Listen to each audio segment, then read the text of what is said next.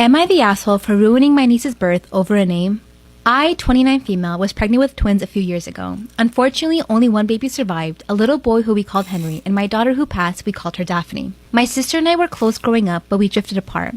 There was a rivalry on her part after I met my partner. For example, she hated that we got engaged before her. She has been with her partner for 3+ more years, and she threw a fit saying she wouldn't attend our wedding unless she was engaged too. So they got engaged, and threw an engagement party the night before my wedding. When I announced my pregnancy, she wasn't happy, as I'd done another thing before her, but when my daughter died, she seemed to be a lot nicer. Because of this change, we made her Henry's godparent.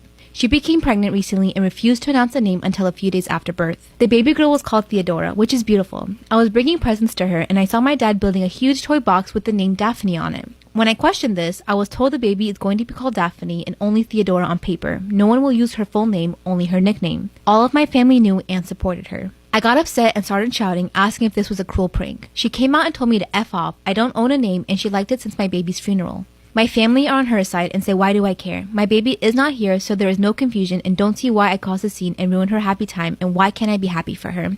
They're saying I'm being petty and cruel. They want me to apologize, but I don't want to. So, am I the asshole for getting upset over choosing my dead baby's name?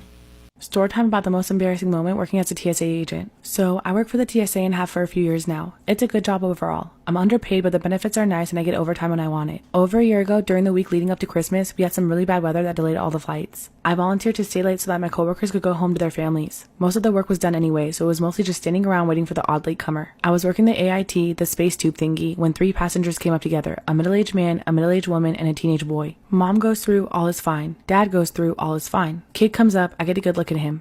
Hoodie, sweatpants, shortish hair, smooth face. I figure he's about 13, maybe 14. I hit the button, direct him to wait with me for a moment, and then gesture to the screen, which lit up his chest area. I tell him that I have to pat the area down. He's a little nervous. I figure that's because he's so young, this is probably his first time getting a pat down, but he says okay and I start the pat down. I do the left side of the chest and feel some moob, which catches me off guard because he didn't look chubby at all. I move to the right side of the chest, read what's on the hoodie, and it all clicks at once. The hoodie has the name of a local college on it. This is an adult, not a child. He's not wearing sweatpants, she is wearing yoga pants. She doesn't even know the couple that just came through. I look at her face, which is bright red, my hand is still on her boob, and I pull it back like I just got bit by a snake. I immediately call for my supervisor, who comes over and asks what's wrong, and I explain the situation to her. That's when my supervisor covers her mouth in what I believe is utter shock.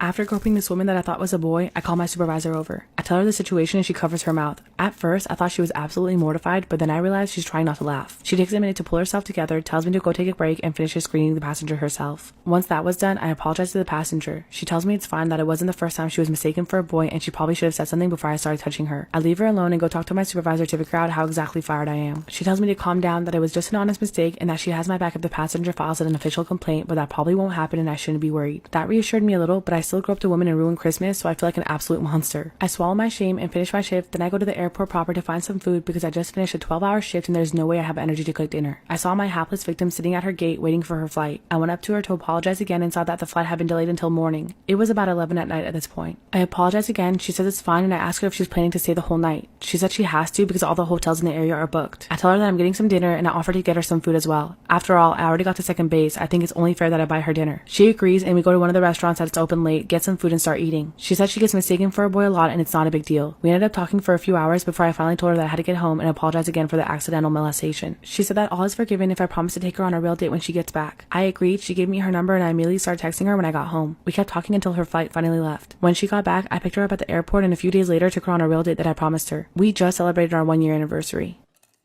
I was with a bunch of my friends at my friend's party that he was throwing at his house for his birthday. So it was my friend's birthday party. We're all having fun, celebrating, and there was a lot of people there. It got to the point where it was so big that some of the people there we didn't even know. Like, literally just plus ones who we've never seen before. And this one dude, the whole party was so hammered, like so shit-faced and drunk. He was being so obnoxious. Like, everyone knew who he was because he was so fucking obnoxious. So towards the end of the party, we kind of lost sight of him for a while. Like, he went in the backyard to play beer pong and we stayed in the kitchen just talking. So we didn't really see him for a while. But we saw him again soon enough. Don't worry, you'll hear about that in a second. So we were just hanging out in the kitchen, like I said, talking. Everyone else was mainly inside. Like I said, there was a few people outside playing beer pong, and that's where we thought he was, and I guess that's where he was for a while. But then he wandered off to another part of the backyard. I don't know how he fucking found it, or like what happened for him to do this, but he found a fat skunk, like a fat ass wild skunk wandering around in the backyard. Now, I don't know if you know this about skunks, but they can spray you with stuff that smells like fucking garbage. It literally smells like you rolled around in a dumpster for 4 decades. Put the skunk down. Like, he's yelling it through the door. He's like, put it down. And he's pointing at the ground. And the guy's just laughing, like smiling, shaking his head no. And I was like, dude, seriously, put the fucking skunk down. And I'm pointing to the ground, basically saying like, dude, put that thing down. It's gonna fucking spray you. And he wasn't listening. So my friend cracks the sliding glass door open just a little bit. Terrible idea. Don't do that. He fucking cracks the door and goes, bro, put the skunk down. And he screams it. And the guy goes,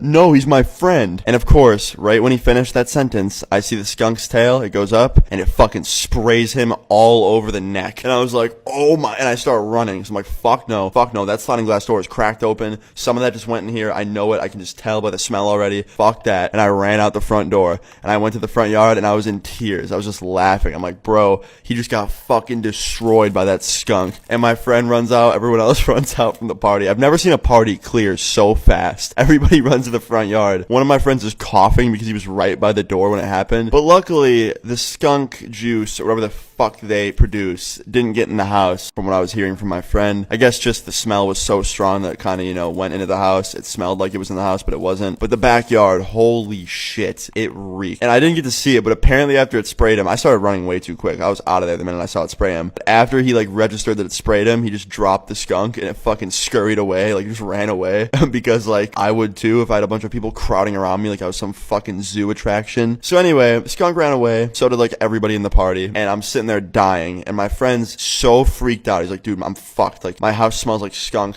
I don't even know how to get that smell out of my house. What the fuck? And then I see the guy from the backyard walk up to the front yard. And the whole front yard starts smelling like skunk because he's covered in this shit. He's covered in the spray from the skunk. And we're like, yo, get the fuck out of here. Leave. Seriously, get the fuck out of here. He's like, well, what do I do? How do I get the smell off me? It's disgusting. I'm like, I know what you do. Don't pick up skunks. They're fucking skunks for a reason. Don't touch them. He's just like, well, I did. What do I do? I'm like, bro, walk to the corner store and hope they have tomato juice. Because if they don't, he's just like, okay, I'll be right back. And he left. And shortly after that, I ended up leaving because I didn't really feel like staying at the party that much longer. The skunk smell was pretty annoying and a lot of people thought the same thing and ended up leaving too. So I went home and I ended up finding out the next day from my friend that the dude who got sprayed by the skunk came back and he had the tomato sauce or whatever and he dumped it on himself and bathed in that shit. And I don't know if it helped or not. I'm guessing it did because that's what people use for skunk smell from what I've heard. But I guess moral of the story is, if you see a fucking skunk on the ground, walk in the other direction. Leave that motherfucker alone.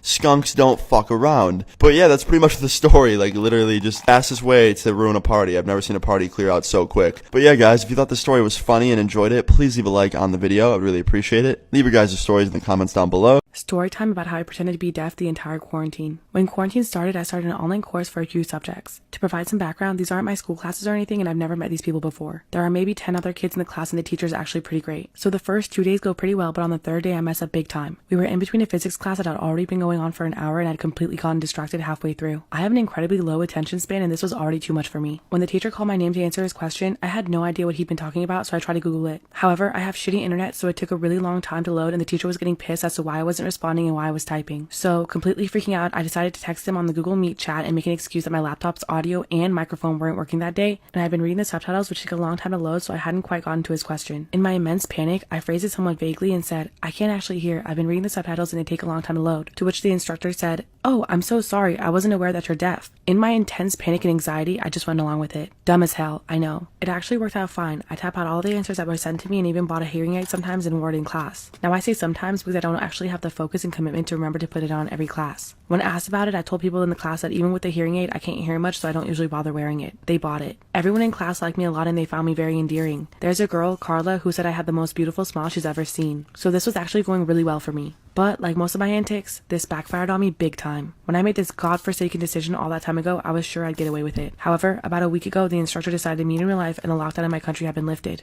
I spent all night watching videos and figuring out how to behave. I decided to pretend to also be completely dumb so I wouldn't have to speak in sign. It seemed very hard and I didn't want to try. So anyway, we meet up and everything goes well. No one uncovers my secret or anything. I spend the entire in real life meet with Carla, who's completely freaking stunning in real life. She's smart, funny, and she's kind. We keep handing each other notes on tissue papers, and it's the cutest shit ever. I haven't been this attracted to anyone in my entire life. Toward the end of the meet, however, Carla hands me a tissue paper with one little heartbreaking sentence on it. Will you date me? That's when panic sets in.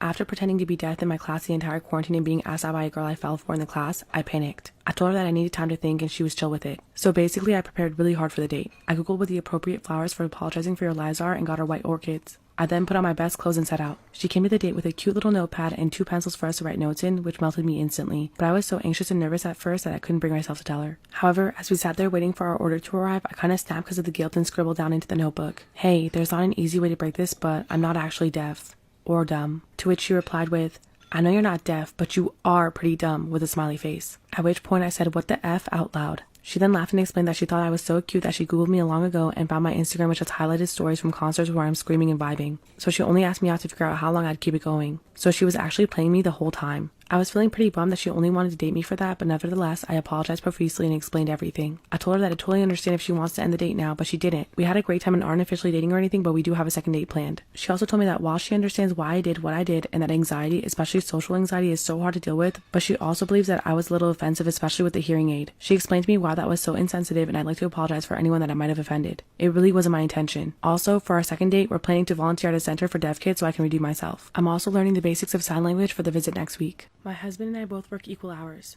I'm a hairstylist working at a salon and he's a warehouse manager. My mother-in-law is very sexist and lives in the 1950s still. She said women can't stop taking care of their households as a priority no matter what they achieve. I hated this and it caused endless problems between us. My husband learned to do everything from folding his clothes to fixing the toilet except cooking. His mom taught him that his future wife should do everything so he didn't have to learn. He defended me against her and cut contact with her. She hasn't participated in a gathering since 2015 due to family not wanting her around. My husband cleans while I cook, but he tends to complain from time to time and throws weird beliefs and opinions at me that are similar to what his mom thinks. I get it though, since he's been raised by her and this mentality takes time to go away. Last week he had guests over and asked me to help him host dinner. We agreed that I would cook and he would clean like always. Guests arrived and my husband sat with them while I was in the kitchen cooking. I had issues with the oven and I was running late and dinner wasn't ready yet. My husband rushed into the kitchen asking why dinner wasn't ready yet and I said I'd be done soon. He grabbed a few glasses while pressuring me to hurry up. I made a comment about how I didn't even get to meet his guests and how unfair it was. He casually said, "Just do your job," and rushed out. I was shocked and I stopped him and asked, "What did you just say to me?" He looked at me quizzically. I turned the oven off and stopped cooking. He was freaking out saying, No, wait, what are you doing?" while I took my apron off. I said I don't work for him to tell me to do my job and he should take over cooking if he thought I was being slow. He begged me not to do this to him and explained that he didn't mean to tell me to do my job. He said he wasn't paying attention. I refused to keep cooking and went upstairs to wash the smell of onion off of me. I left him in the kitchen to handle serving dinner on his own and he came upstairs 2 hours later after the guests had left and looked an absolute mess, hair messed up and his shirt stained. He asked if I was happy and proud of proving a point by backing out of cooking last minute just because he slipped and accidentally said, "Do your job." I told him that he's an adult and responsible for what comes out of his mouth, accidental or not, and again, I didn't have to cook for his guests and that I only volunteered to help him, and he sounded like his mother when he said what he said. He said it wasn't true and he was disappointed because I didn't stick to my word and left him to fend for himself and embarrassed him in front of his guests by giving him half-cooked meals over something so dumb. He walked out after changing his clothes and called me mean. He wants an apology for backing out last minute knowing he can't cook. Am I in the wrong?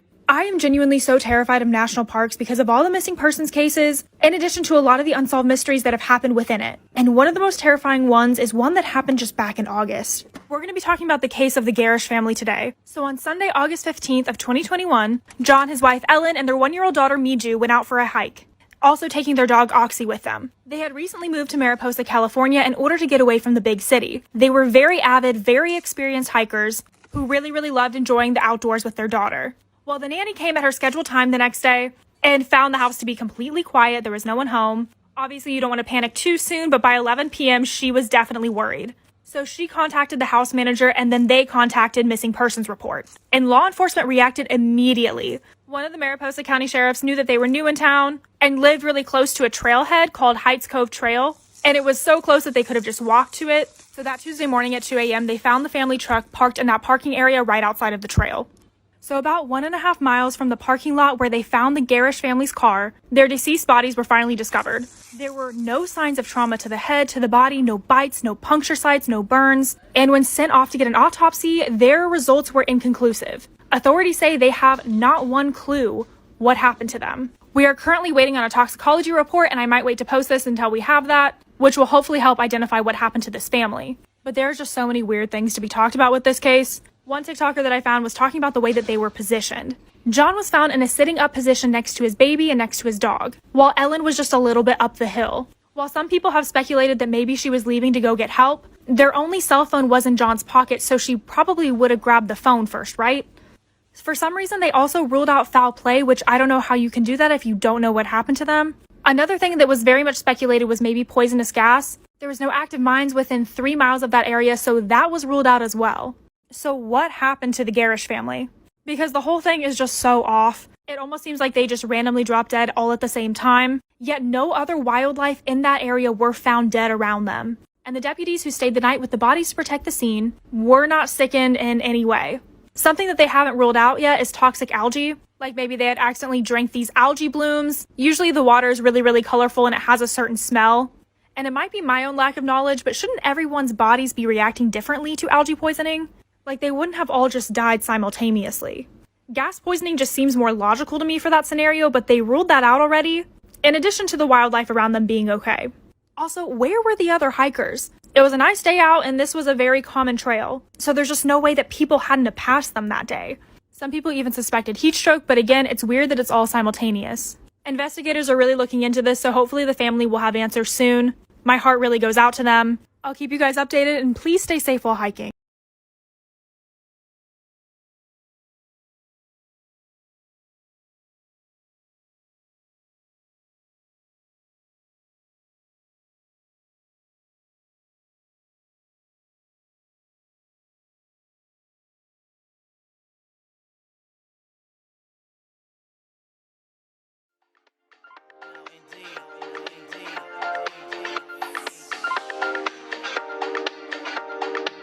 No date, huh?